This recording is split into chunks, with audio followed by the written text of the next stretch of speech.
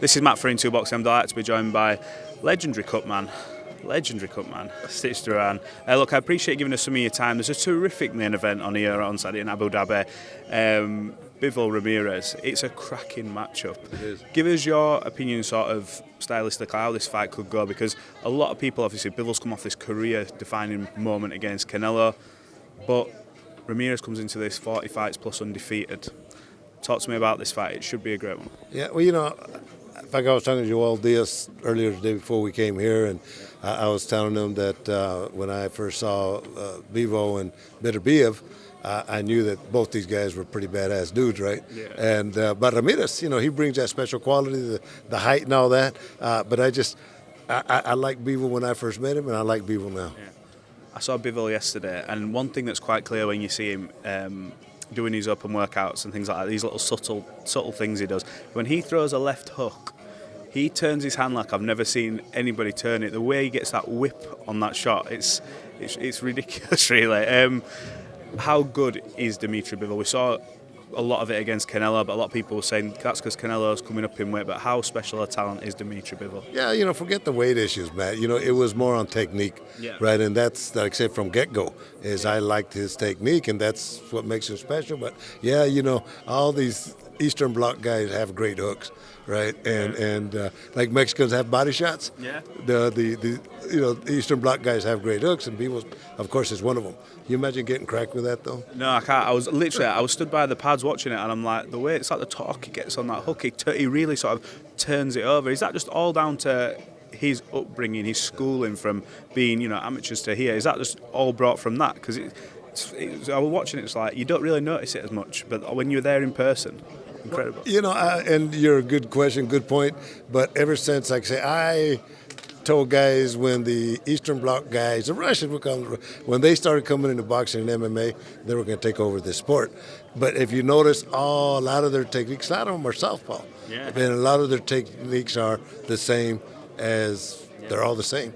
You know, so they specialized in that, and their discipline factor is unbelievable. Yeah. You know, and so a lot of respect to these guys, man. They've done a tremendous job, man, making that transition from the amateurs to the pros. Absolutely. I want to come on to a couple of fights that are either being talked about or happening, not happening. One, someone you worked with, Tyson Fury, going against Derek Chisora, trilogy fight in Tottenham Stadium. A lot of people were met with a bit of surprise that it was Derek Chisora, but they have had that history. I suppose in the UK it is sellable. What do you make of that fight? You know, of course, I worked with Tyson Fury a couple of times, so I have to be a little partial. And not only that, but Chisora, when I remember when I think it was Vitali, he was fighting Vladimir. Yeah, Vitali, He comes by, Vladimir's to my left, and he comes by and just spits in his face. And I thought that was kind of a chicken shit move, right? So he's on the bottom of my list of favorite guys. So Tyson Fury, of course, you know, he's on top of my list. So you answer that question. What was it? Give me that sort of experience, what it was like working with Tyson. A lot of people have say a lot about him, but you've had first-hand experience. So from sort of your own mouth, how was it like working with Tyson Fury? You know, Matt, for me, I've done hundreds and hundreds of world title fights. It's not even about the fights no more. It's about the characters, right? Yeah. So Tyson Fury, when I walked into the top-ranked gym, he's on the stairs going up to the ring, putting his shoes on, and he gets up, puts his hand out and says, welcome to the Tyson Fury team and the best cut man in the business. And so we're talking about his cuts that he had the fight before and what I'm going to do as I work with him and tell him I'll keep eyes on you every round just to, so and so. But then I say, Tyson, I also work with sponsors. Do you mind if I make an outfit that represents your colors and put my sponsors on them? He puts his hand on my shoulder and he says, Stitch, you can do whatever you want as long as there's no drugs, alcohol, or gambling. And but what a good guy, man. Just he's a blue collar guy like us, but he could fight. I remember when he fought Vladimir Klitschko. Of course we're all saying, it's going to be an easy fight. I couldn't understand why he beat Vladimir until I saw him fight Deontay Wilder. Then I said, this guy could fight. Skill-wise, he could fight.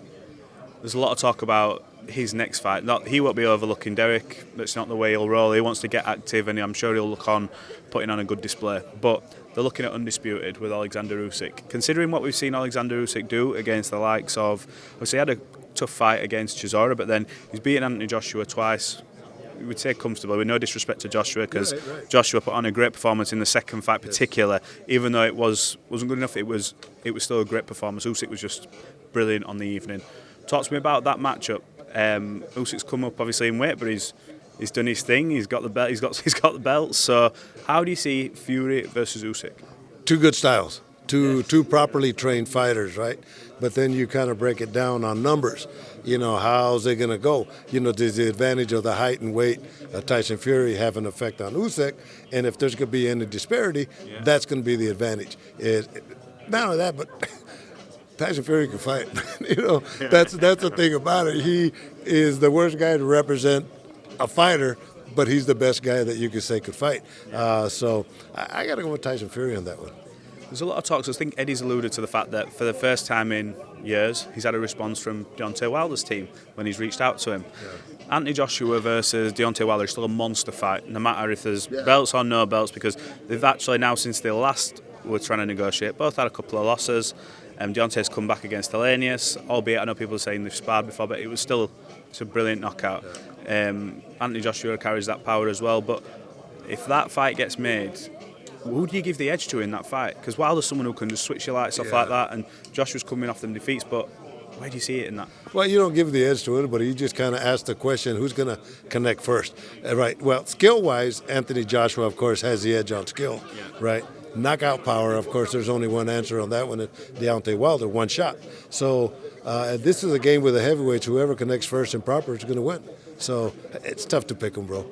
A lot of talking boxing at the minute about tests, failed tests. We've seen it in the UK recently.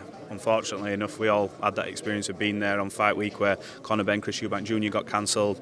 Talks of contamination, different tests, some positive, some negative.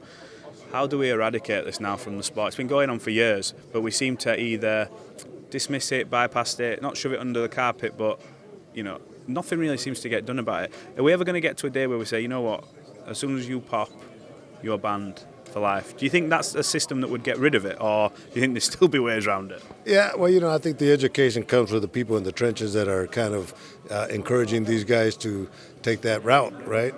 But the education. I mean, you could put restriction on. If you get a guy, get rid of him for life, there's a couple other guys that are going to be behind him or still doing it. So how do you get it? Well, you educate the fighters not to mess around with that kind of shit, because it's what advantage does it give you? I'd say if it's economics and that's what it's based on, then maybe you're doing it for the wrong reasons.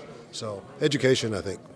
Absolutely. Hopefully something gets sorted out, because I think everyone's sick of sort of going round and round about it. Yeah, it's a shame that people, you take those routes, and this is a hurt business. And, for you to try to have an advantage to hurt somebody, it's not fair. It's not fair to the game. I saw something interesting the other day. I'm going to come on to it. Jake Paul. Now, he's sort of a bit like what we say in the UK, a bit like Marmite. You either love it or you hate it. He's doing his thing. He's just knocked out he knocked down Anderson Silva, but won the fight on points. And I saw some comments online about what he's doing for boxing. But ultimately, if boxing aren't making the big fights, your Spencers, your Crawfords, your Tanks, Ryan Garcia, your Joshua Furies, we're going to see more and more of this stuff, and it'll be more elevated than it would be diluted. How do we in boxing now start getting these big fights to happen? Do networks need to sort of sometimes now say, look, swallow us pride, there's enough money to be made, let's do this for the fans? Because ultimately, they're the ones getting let down by these big fights not happening. Now you're talking about the real fight, not the real fighters. The matchups are not with Jake Paul, but you're talking about just the boxers, right? Because people are obviously saying about Jake Paul, he's not doing good for the sport and things like that, and this, that, and the other. And it's like, but why? I disagree. I think Jake's doing a great job with it. Yeah, I worked with KSI when he fought Logan Paul, and then I've worked a couple fights against Jake Paul, and I know the guys, and they're good kids when it comes to being good people, right? Yeah. They just opened up a market that's never been done before, and they've done a great job. But yeah, the Spence, the Crawfords, and all that. It's all business, and I guess the mental game. The old days, the Roger Mayweathers and all that, we'll fight anybody, anytime, any place. But that's not the case anymore. So I don't know. Let's get entertained with Jake Paul and these guys. I spoke to Oscar De La Hoya 2 days ago and said, look, everyone keeps talking about a base deal that's been agreed between Ryan, and Tank. Now, a base deal, so he's saying like, yep, splits, fighters are agreed, promoters are agreed, it's down to the networks. So you've got Mayweather Promotions, who notoriously not always get on with Oscar. Right. Agree. You have Ryan agree, you have Tank agree, they agree on a weight, which apparently is a pound over the championship limit as a catch weight.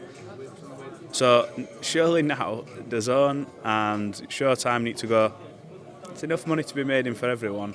Let's put the fights on. It's disservice. It's a bit discrediting, isn't it, for the fans, the fact that we can't get a fight like that on and made. Yeah, it's a shame if you take it personal. It's a business, right, for these young guys.